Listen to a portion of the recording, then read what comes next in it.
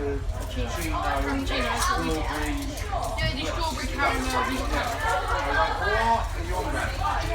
I like this.